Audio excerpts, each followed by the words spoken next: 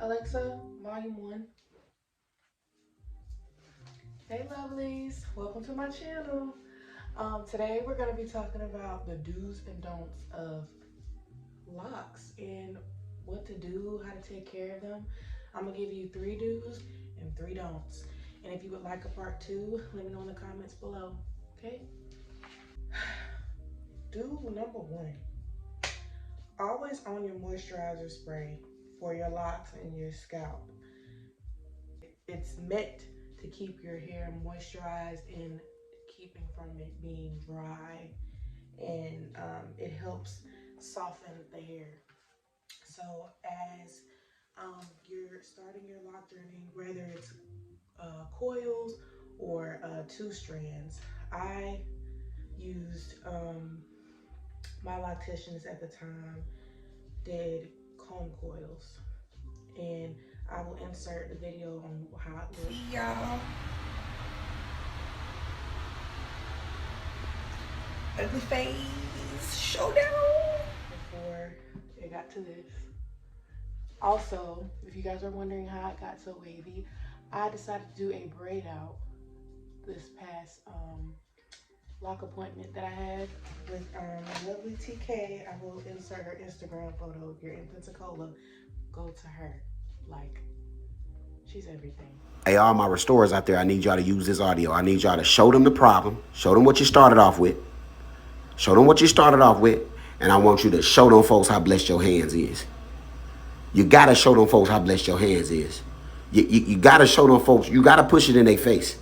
You gotta show them folks how blessed your hands is. The reason why we have a moisturizer spray is to keep our locks from getting dried out, you know, because it's important that you keep your locks clean and protected, and to keep from it as it's growing and maturing over the years, however long it takes. Like, this is like 3 years worth. So at the time, while I was you know, having my maintenance done, doing it myself as well as my loctician, um, I would use like rose water spray. Rose water spray is very, very good. It's also natural. The benefits of it is not only it smells so good on your hair, but it helps your locks to keep from being dried out. And it's very important while your locks are being locked in, as the budding phases goes away and it's getting tighter and tighter and closed in. Um, it's important that you keep it moisturized to keep it from breaking and falling out.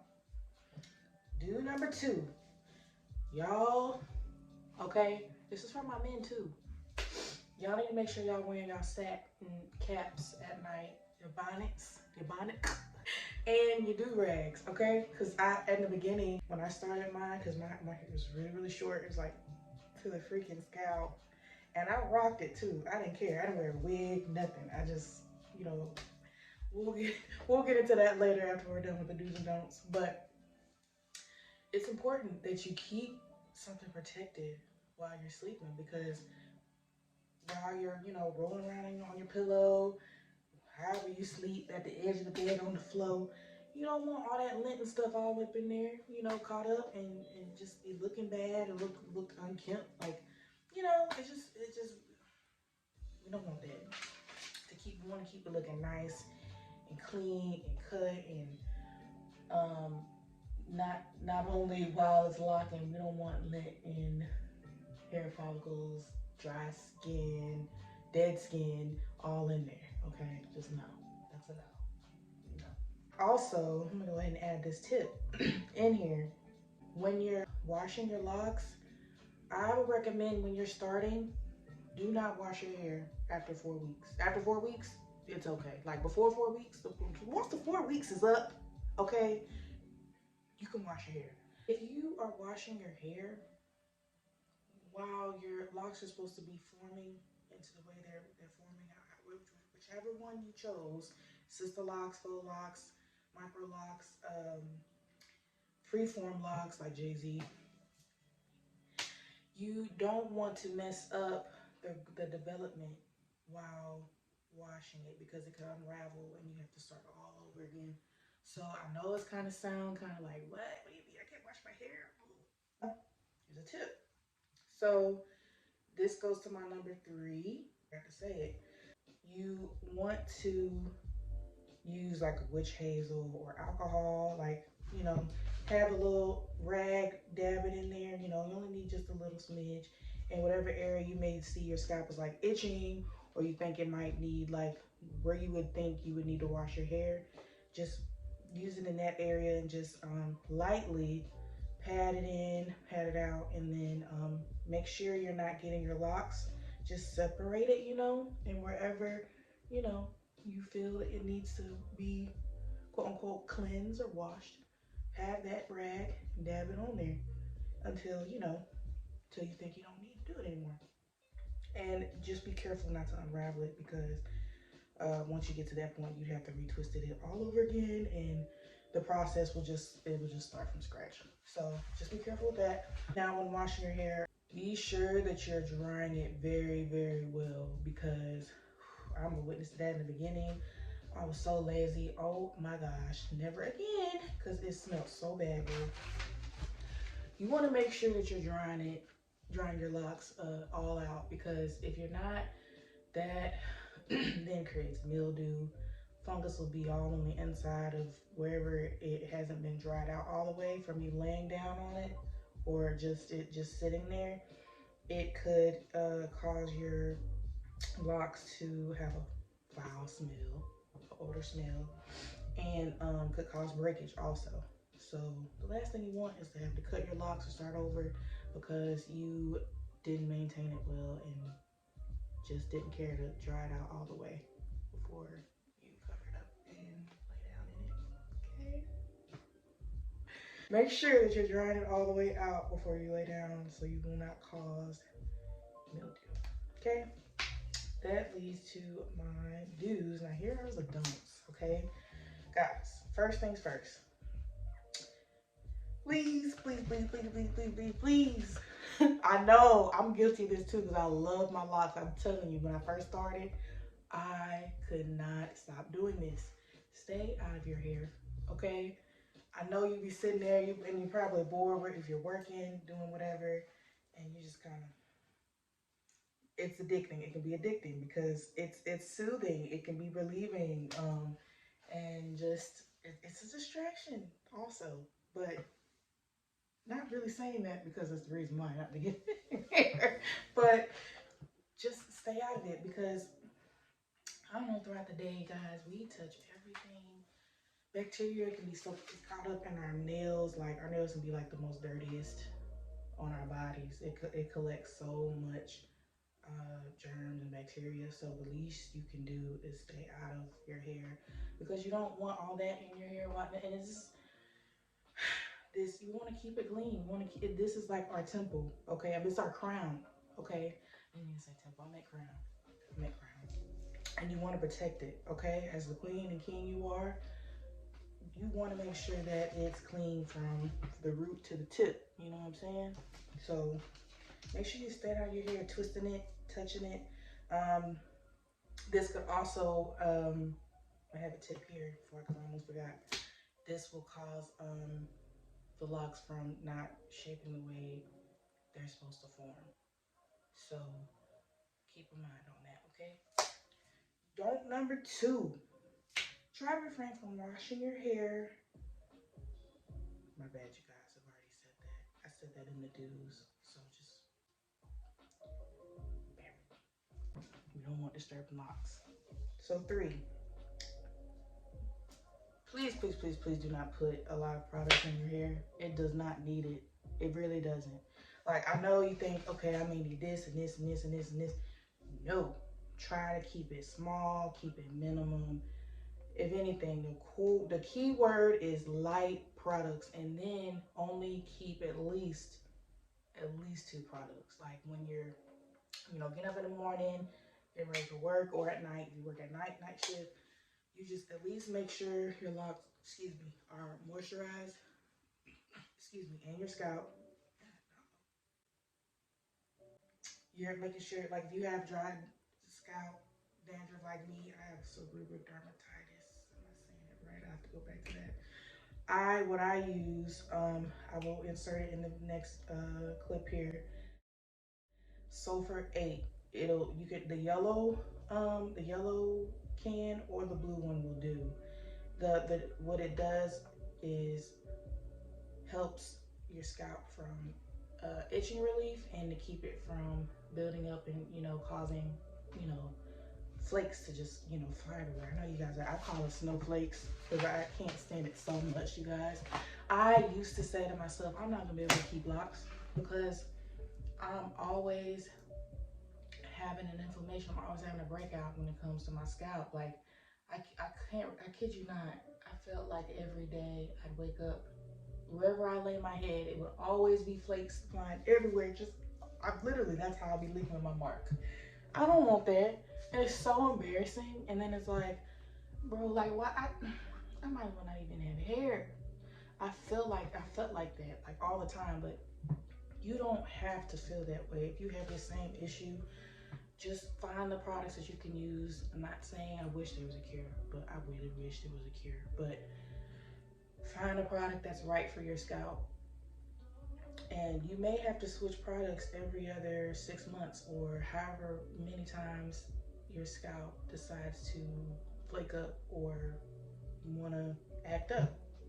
So, and this could also play a part in what you eat because, like, the certain foods could trigger your buildup and your dandruff as well. So, um, make sure you're looking at that as well because I had to do that myself. I forgot why I eat because I love seafood. Okay, I'm a shellfish eater. Okay, I eat my vegetables too, but I'm eating crayfish shrimp out the tank. Okay, you don't want to use so many products because it could cause buildup. So that's it for my tips on the do's and don'ts. Now, if you guys want to listen to my lock journey, just a little bit about me and how I started looking like this, just keep listening. So I started my lock journey 2020, almost at 28, 19. It's a little sad, but it's inspiring at the same time. I didn't really decide to lock my hair until a little after I found out my brother passed away. He was murdered. There were instances where I was just, of course, like I went through so much during that year 2020. I went through spiritual awakening. I was depressed for as long as I've never been like I think I was depressed for 5 months because of him, because of losing him. And it was a huge traumatic event for me because I never really felt this way. Like for me to feel this low as part of my life, um, I just never thought it would come. I didn't think about it because when you're the older sibling, especially a sister in a sense, you're not expecting for your younger siblings to pass away. You're expected for you to go first. So just to know it happened, it's like very saddening. So I decided to lock my hair. Part of the reason was for him because before he had his last moments here, before he passed, he locked his hair and it grew so long. And the thing is, my brother, he was the one that had the long lashes, hair. I mean, it would grow like crazy, and I'm just a bald headed baby. But I'm the girl though, and I'm supposed to be the one that have. But whatever, I learned to deal with it, and I wound up. My mom was really good with getting weaves and hair extensions for me to like help with my confidence level, which it really did.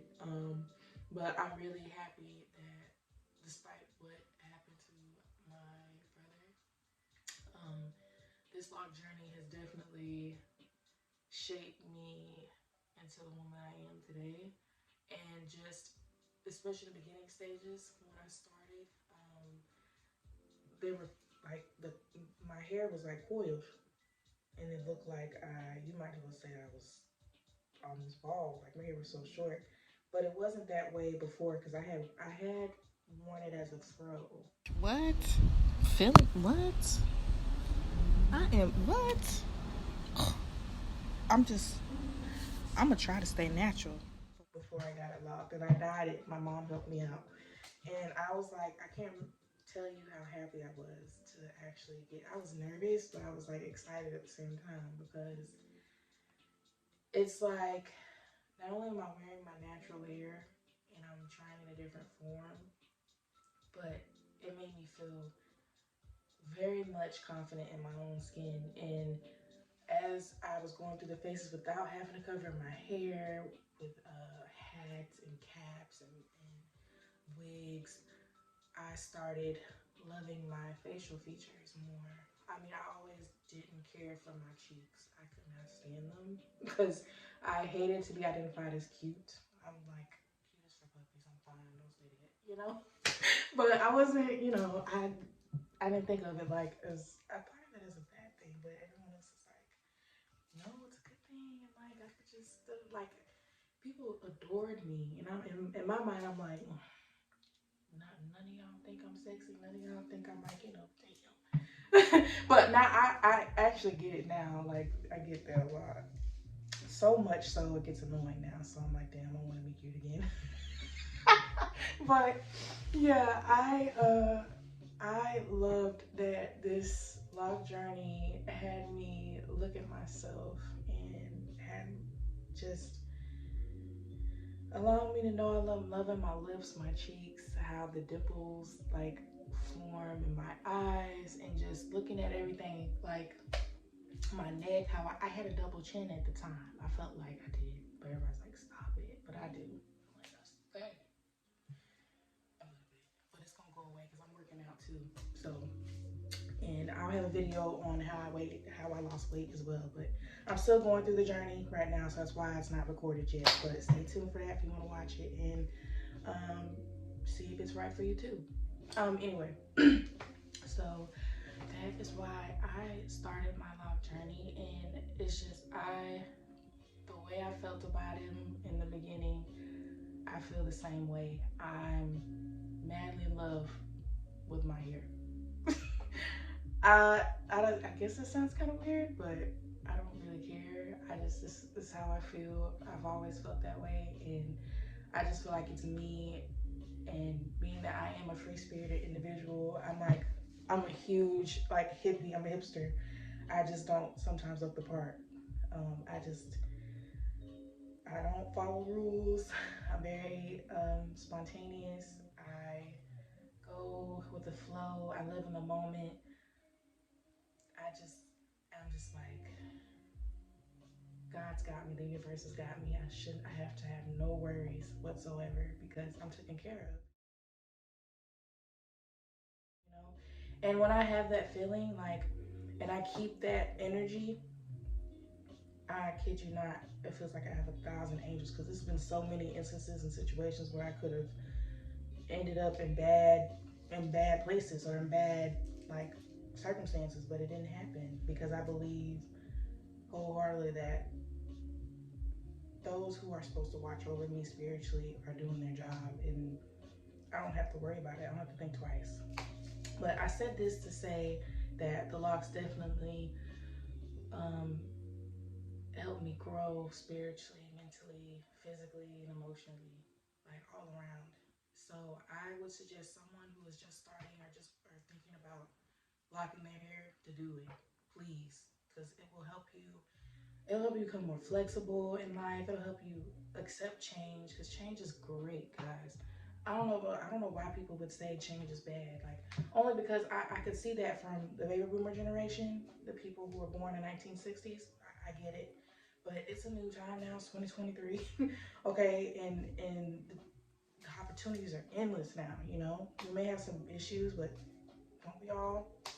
So I just I would like for this to inspire someone, man or woman, no matter the gender, start locking their hair and don't look bad. Like what? whether in your teens, your 20s, your 30s, your 40s, your 50s, your 60s, do it. Even if you got a head, what they call it, if you're losing some hair on the sides, edges, whatever, it doesn't matter. Okay, it's hair. It. What matters is if it's something you want to do and you feel like you should do it, do it. Because it's not just hair. Like I said, our hair is like it's our crown. We need to protect it. We gotta protect it and know our worth, know our value as a queen, as a king that we are. Okay, like I don't play no games when I talk about locks. Like it's my passion all around. So I'm happy to create this video. If you guys want to know more about my lock journey, just let me know and I will definitely make a part two. Also on the do's and don'ts, I have plenty more tips to share with when it comes to your lock journey. So let me know. I can be your mentor on it, your teacher, whatever. I'm down. You feel me? You like me, I like you. Let's help each other. Okay. All right, guys. Thanks for watching.